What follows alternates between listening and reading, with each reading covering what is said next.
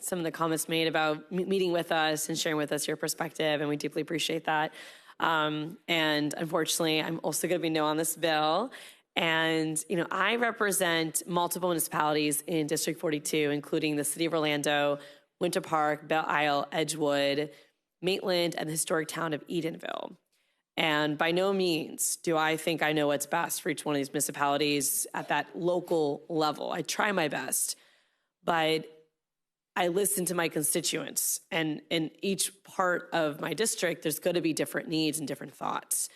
And when we center conversations of policy on the needs of everyday people, we find that, geography matters, municipalities matter, and folks should have the power to make those decisions through the process they have established locally. And that exists for a reason.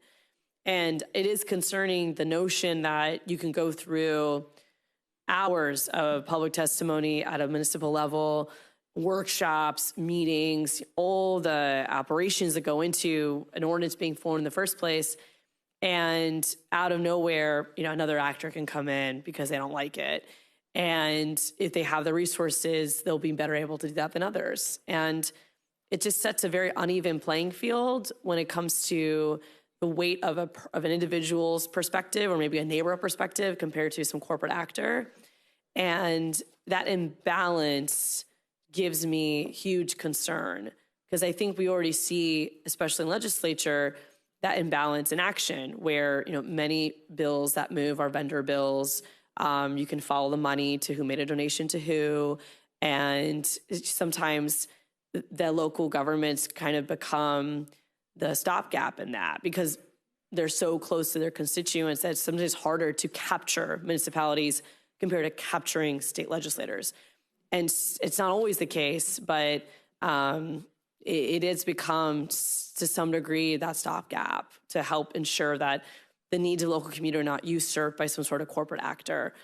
And I asked some questions about, maybe unintended consequences for my colleagues, because I do think that this can go both ways. I do think that there could be moments where, those that oppose some of the agenda of this legislature, that they could also seek a litigation.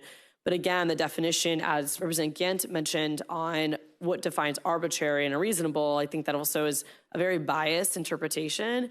You and I both agree that sea turtles, light pollution, policies are pretty reasonable. But I don't know, there could be actors out there who don't. And, not even give a definition creates a lot of vagueness for the courts.